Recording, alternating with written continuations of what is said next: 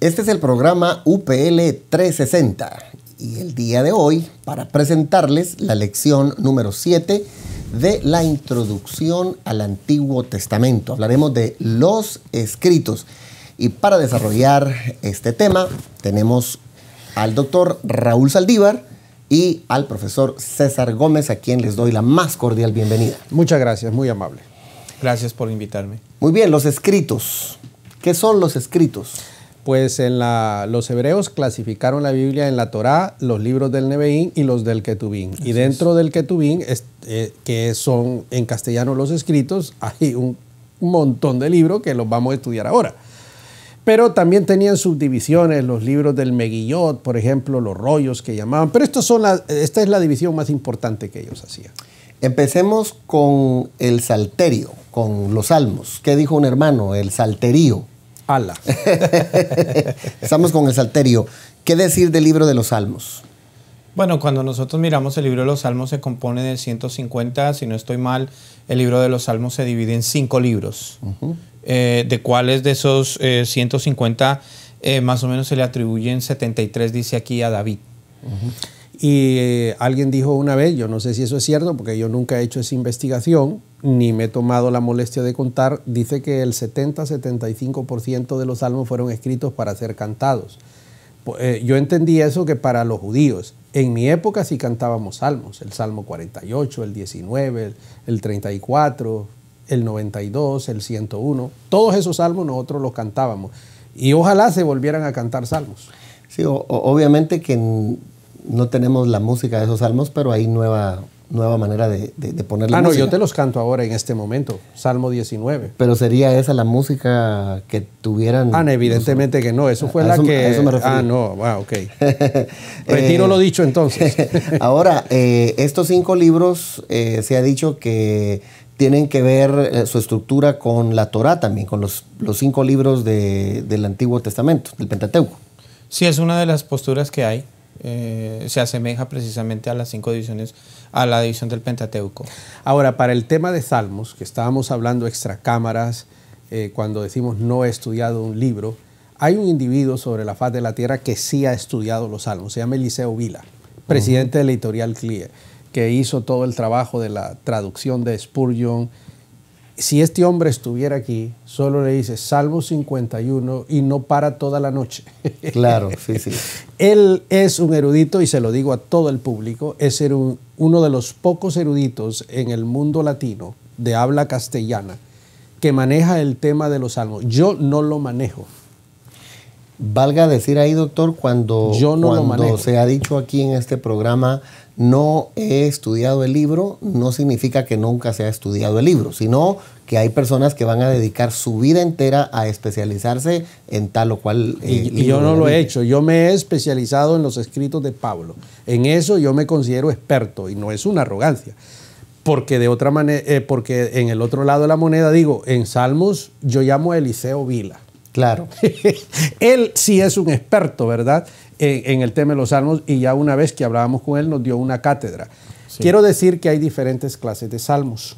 Los salmos no todos son iguales. Por ejemplo, están los salmos imprecatorios, los salmos históricos, los salmos de acción de gracias, los salmos de acción de gracias, los salmos de alabanza, etcétera. ¿Cuáles son los salmos imprecatorios? ¿Recuerdas, César? Sí, los salmos imprecatorios son los salmos donde es una especie de desahogo del salmista, donde muchas veces lanza ciertas expresiones en contra de sus enemigos. Y que Dios los castigue. Exactamente. Es imprecatorio. Es imprecatorio. Claro. Tenemos mucho que decir del libro de los Salmos. Sin embargo, hay mucho trabajo todavía que siempre la gente vincula a David con los salmos, pero hay un salmo de Moisés ahí, por ejemplo. Sí, 90, hay un salmo, ¿no? Sí, el Salmo 90. Salmo 90. Y sí. hay otros salmos de otros individuos. Y otra vez, los Oferim redactaron los salmos. Claro, sí, sí. Ellos lo redactaron, por ejemplo. ¿Cómo te llamas? Asaf es el otro, ¿no? Sí, Asaf, sí. Y los salmos de los hijos de Coré. De los hijos de Coré, etc. Y el 119, por ejemplo, que está con las 22 letras del alfabeto hebreo, Aleph, Bet, Gimel, Dalet. Y cada estrofa también comienza con uno de los versículos. Eso no lo hizo David, eso lo hicieron los Oferim.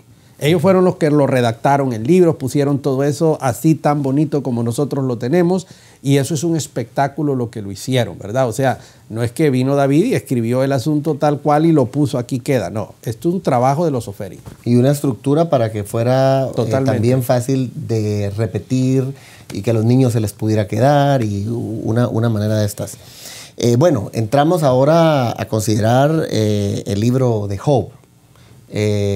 Mucho que decir de este libro, ¿historia real o no? Yo dirigí una tesis para licenciatura sobre la soberanía de Dios en el libro de Job. Y en ese libro no puedo decir que no lo he estudiado. Ese es uno de los pocos libros que, no voy a decir que he estudiado, que me he especializado, pero que sí tengo cierto conocimiento. Muy bien. Pero no a un nivel profundo. El libro de Job es una historia patriarcal. Es decir, se cree que es el primer libro de la Biblia. Antiguo de la Biblia. El más antiguo, no el Génesis. Antes de que se redactara Génesis, Job ya existía. Es un personaje de la época patriarcal. Toda la evidencia del libro nos lo dice. Y nos habla de un hombre, un relato, que los judíos lo consideraron verídico, ¿verdad? Que gira alrededor de la soberanía de Dios. Y para eso recomiendo la tesis. El libro, La soberanía de Dios en el libro de Job. Es decir, hay una tesis de los amigos de Job que le dicen, tú estás así, hecho polvo, porque has pecado y Dios te ha castigado. Y el hombre dice no. Pero el hombre entra en una situación de confusión donde dice, hey, yo quiero ver a Dios, quiero preguntarle por qué me ha metido en esta situación. Y el deseo se le concede. Dios se le aparece, pero Dios no le permite que le haga ninguna pregunta. Más bien Dios le hace la pregunta. ¿Dónde estabas tú? Exacto. Cuando yo hice los cielos y la tierra, ¿dónde estabas? Entonces ahí Job, Dios se hizo tan grande que Job se vio tan pequeño. Y cuando él se vio tan pequeño y miserable, le dice, de oídas te había oído. Es un libro espectacular. No me den cuerda porque sigo hablando. No, y el asunto del sufrimiento. Sí, gira en torno a la pregunta de por qué los justos sufren. Y tengo un sermón. Sí. Tengo un sermón que está en el YouTube para la gente que vaya sobre el libro de Job, que prediqué en la iglesia Osana de Asambleas de Dios de Ciudad de Panamá. Está ahí cuando era jovencito y me prediqué todo el libro de Job ahí. Tardé 1:30 en predicarlo. Así que pueden irlo a ver el sermón. Y entonces ya así pasamos a otro libro. Pero algo más que querrías decir de Job. No, yo creo que ya lo que dijimos es suficiente. Es suficiente. Si no, no terminamos. Pasamos a otro libro extraordinario, Proverbios. Bueno, y se dice los Proverbios de Salomón. Sí. Que no eran de Salomón. Sí. Algunos quizás. Algunos que otros, sí, porque, bueno, es entonces hablemos de los autores, pues. Bueno, por ejemplo, están los hijos de Coré. Lemuel. Pero son los soferim los que redactan esos. Los Proverbios es un libro de sabiduría, es un género literario de los judíos, así como lo era la escatología, así como lo eran las cuestiones poéticas, están los libros de sabiduría. Una de las características de los libros de sabiduría como Proverbios son los paralelismos, es decir, los contrastes que hace el autor o el redactor final entre el necio y el sabio, el rico y el pobre, ¿verdad? Por mencionar algunas cosas, el temor a Jehová y el no temor. Y entonces va tocando temas de la vida diaria, de la conducta del ser humano, y entonces en castellano podríamos decir que son refranes. Sí. Son dichos que tienen un contenido filosófico, espectacular y ético. Y ético. De hecho, usted hace un extraordinario trabajo en Liderazgo 3.0 al hablar de proverbios. Que valga decir, es un material buenísimo. Escogí 5 proverbios que yo utilizo para aplicarlo a conductas, ¿verdad? Estos. Y hay otros libros, no solo canónicos, sino deuterocanónicos, que son libros de sabiduría con el mismo patrón de proverbios. ¿Querías acotar algo más? No. Si no, hombre, como usted hablaba de los salmos y hablaba de Eliseo Vila como un experto, nos decía que si la doctora Barrientos estuviera acá, sería la mejor para hablar acerca de Ruth. Exacto. ¿Qué es el libro de Ruth? ¿Qué trata? Bueno, el libro de Ruth, el entendimiento, aunque no soy un erudito en el tema, el libro de Ruth No habla lo he de una estudiado, y tú también. habla de una extranjera moabita, de una mujer, y obviamente que Dios escoge soberanamente, está detrás de la historia para comenzar lo que se llama el linaje de David. Pero pongámoslo de una forma más grosera. Nos habla de una mujer que es producto, ¿verdad?, histórico de un incesto. Así es, sí, Lot y sus 2 hijas. Por supuesto. Y entonces la trama de toda la cuestión... Que encima aparece en la genealogía. La trama de todo esto es que ella viene de un pueblo excluido, producto de un incesto, excluido, que no podían entrar al campamento de Dios y tal. Y entonces aquí nos muestra cómo Dios incluye a los excluidos, pero no solamente a un excluido tal cual, sino a una mujer, que eso es lo peor del asunto, entre comillas, porque en esa cultura y en aquella época una mujer era un cero, no a la derecha, sino a la izquierda. Entonces, excluida y mujer, y hay un Goel, el Redentor, ¿ah? Entonces, ahí hay un mensaje, ahí se puede sacar un querigma espectacular para predicar en este momento y hacer que miles de seres humanos se conviertan, porque muestra cómo Dios toma a un excluido que viene de una ancestría pecaminosa, horrorosa, y lo transforma completamente. El libro de Ruth es espectacular. Sí, porque por ejemplo, cuando uno va atrás al libro de Génesis y analiza la temática que usted acaba de explicar, el origen de los moabitas y de los amonitas, dice que fueron naciones que se constituyeron enemigas de Dios, abominables, es la palabra que utiliza en castellano, obviamente, abominables a Dios. ¿Y quiénes fueron los que se opusieron cuando venía Moisés, Josué? Ellos mismos. Ellos mismos. Eran horrorosos. Y Dios toma a una mujer como Ruth y la exalta al extremo que aparece ahí en la genealogía del Mesías. No, hombre, son palabras mayores. Hay un mensaje espectacular ahí. Realmente impresionante. Bueno, vamos a la pausa porque necesitamos todavía hablar del Cantar de los Cantares, Eclesiastés, Lamentaciones y otros libros más, pero será después de esta pequeña pausa. Volvemos.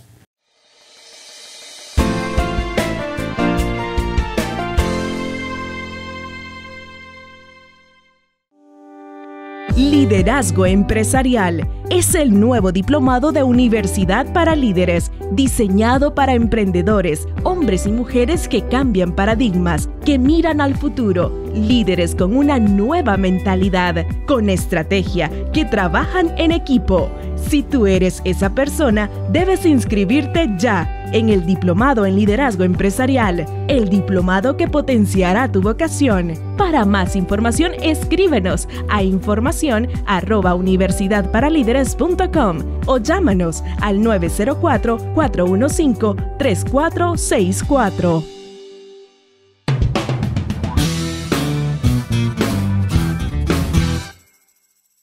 Continuamos con la presentación de la lección 7, hablando de los escritos en esta última parte de la introducción al Antiguo Testamento, y nos vamos directamente al libro de El Cantar de los Cantares. Bueno, Cantar de los Cantares es uno de los 5 libros que pertenecen al Megillot, o los pequeños rollos del Megillot. Y obviamente era este libro era entonado, era cantado durante la fiesta de la Pascua. Y bueno, algunos le llaman el Cantar de los Cantares y lo relaciona con Salomón. Algunos hablan de que es un poema de amor de Salomón a la Sulamita. Ok, perfecto. Entonces hay varias interpretaciones sobre esto, que está hablando de Jehová, Yahweh y el pueblo de Israel, o está hablando de Cristo y la iglesia. Yo una vez leí una interpretación que hizo un colega tuyo, nazareno, en esa famosa enciclopedia Beacon. ¿Cómo no? Claro, yo sabía que ibas a decir eso porque la conozco. Tú creciste, conoces toda la biblioteca, la cuestión Beacon. Él hablaba de 3 personajes. en la que la Sunamita es una campesina que el amado no es Salomón, sino es otro campesino. Pero que Salomón trata de seducirla, el rey o quien sea trata de seducirla, no necesariamente Salomón, trata de seducir a la Sulamita.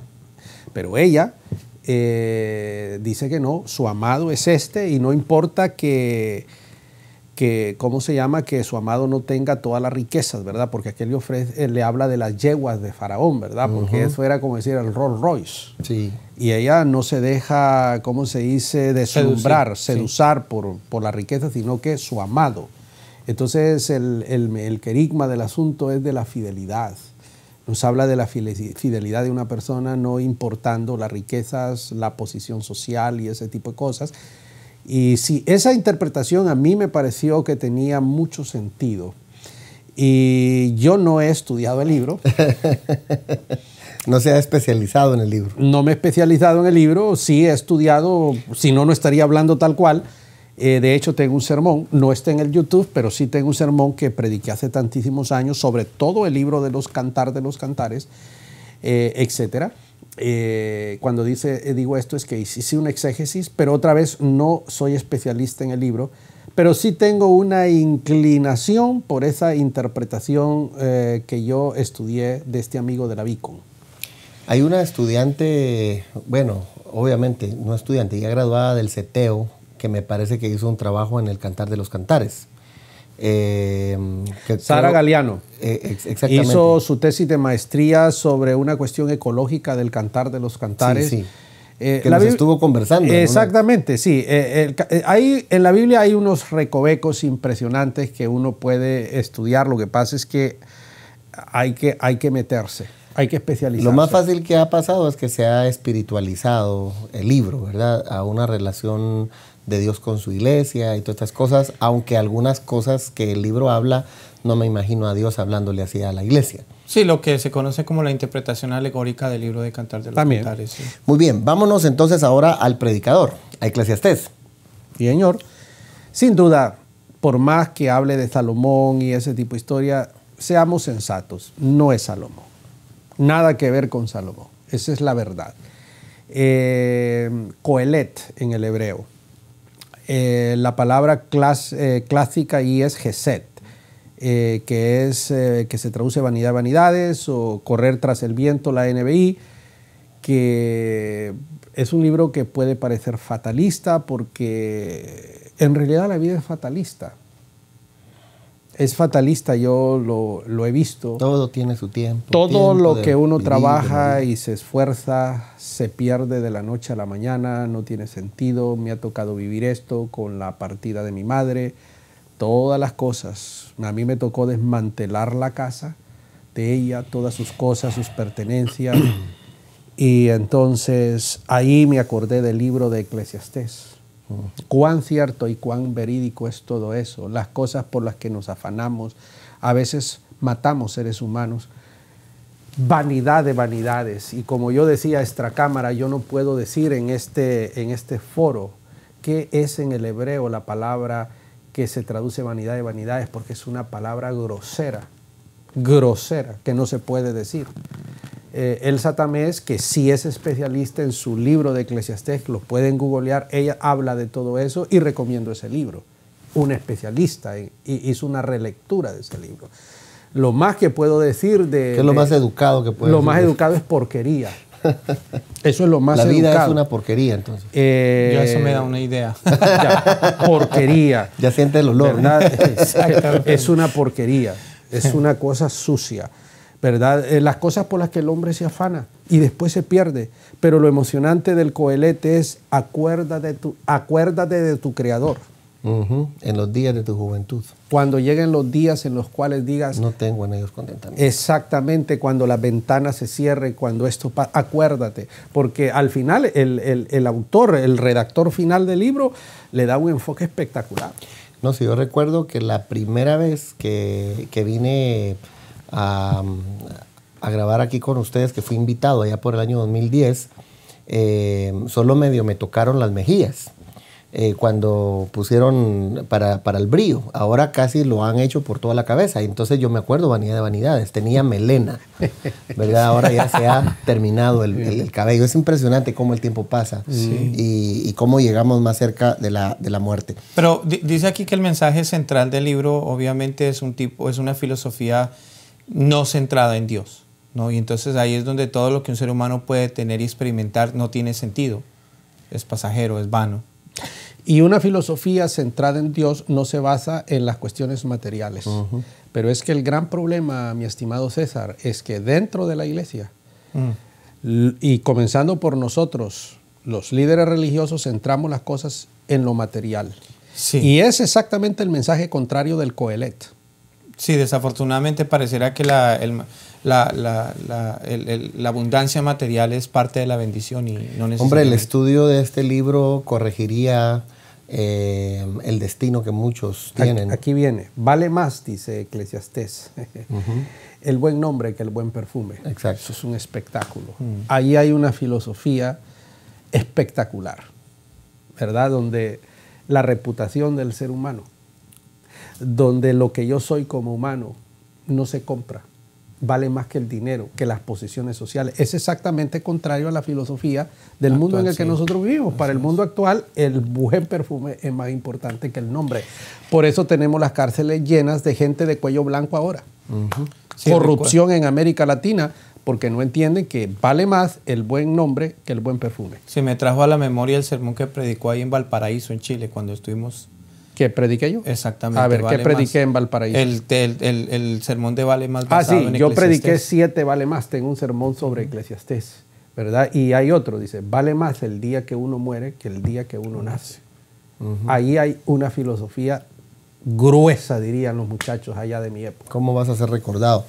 Pasemos al siguiente, Lamentaciones. Y vamos a acelerar, muchachos, porque el programa va avanzando. Sí, básicamente diríamos que, bueno, el libro de Lamentaciones es un lamento fúnebre del profeta después de que la ciudad de Jerusalén había sido destruida y él comienza a andar las calles y comienza a lamentarse de la situación del juicio de Dios. Quiero decir algo.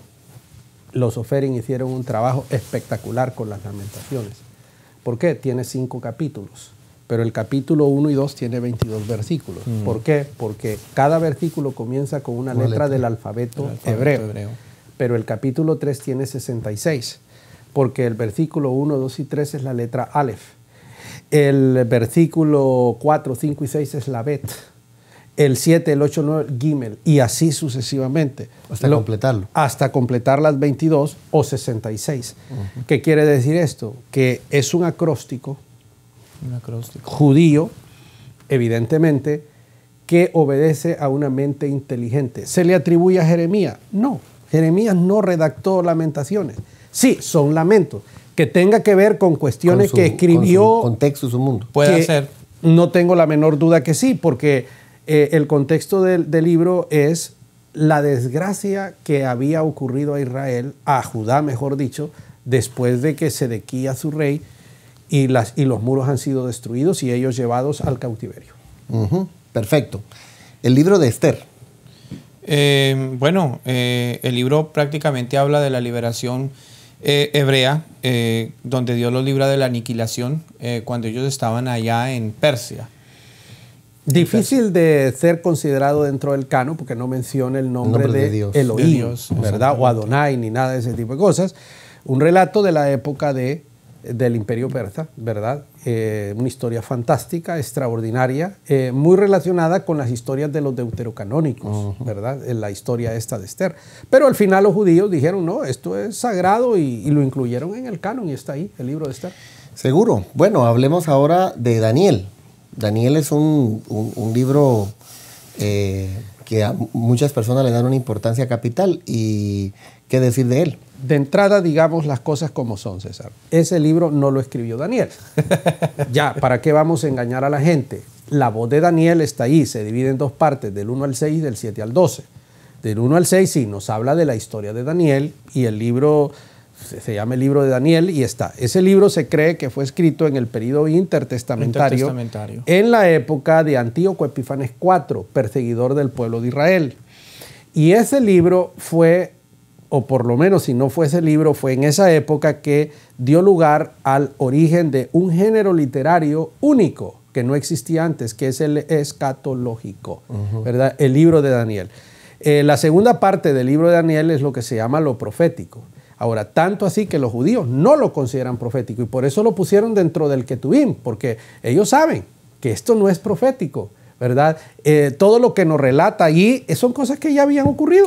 Son demasiado exactas. Es que la abominación desoladora es el acto impío de Antíoco Epífanes IV de poner una imagen pagana y obligar al pueblo de Dios a esto. Pero eso no significa que no sea un libro, que la voz de Daniel no esté ahí, y no significa tampoco que no sea palabra de Dios. Que no sea, es palabra de Dios el libro de Daniel, yo no tengo ningún problema en predicarlo, pero no engañemos a la gente más y seamos, digamos, las cosas como son. Utilizándolo para infundirle miedo y toda la gente. Nada que ver, nada que ver. Muy bien, tenemos que ir cerrando el programa, pero hablemos de dos personajes, Esdras y Nehemías. De hecho, aquí están separados los libros, pero deben estudiarse como un conjunto. ¿Qué decir de ellos en el cierre de nuestro programa? Bueno, yo diría para empezar que ambos libros relatan obviamente cuando regresan, el retorno del cautiverio a Judá, a Jerusalén. Sí. A Jerusalén. Y bueno, el primero se enfoca, comienza la cuestión de la reconstrucción del templo, ¿no? Nehemías se enfoca en reconstruir los muros, lo cual lo hace en 52 días, ¿cierto? Y tiene que lidiar con una serie de oposiciones y de enemigos y de cuestiones territoriales. Y Esdras se enfoca a restablecer precisamente la devoción, la parte religiosa, y la cuestión religiosa y la observancia a través de la ley, ¿cierto? Doctor, ahí es donde se comienza el movimiento, se asume de los oferín con Esdras. Sí. Correcto, Esdras es el que funda la escuela de los copistas, de los escribas, de los oferín, que llamamos nosotros, que fueron, bueno, no en nuestra opinión, eso está claramente establecido, los que redactaron la Tanaj. El Tanaj, es decir, lo que conocemos la Biblia judía, el Antiguo Testamento nosotros. Estos señores iniciaron todo ese proceso que estuvieron íntimamente ligados con el movimiento que surgió posteriormente, se llamaron los fariseos, ¿verdad? Y bueno, de eso, a partir de ahí, hablamos bastante en el periodo intertestamentario, que ustedes también tendrán la oportunidad de analizar. Pues muchas gracias por sus aportaciones, y así llegamos al final de este módulo para hablar de la introducción al Antiguo Testamento, y hemos finalizado con esta séptima lección, agradeciéndoles a todos ustedes por su atención, esperando que la información vertida aquí les sirva de mucho. Que Dios le bendiga y seguimos en contacto. Esto fue UPL 360.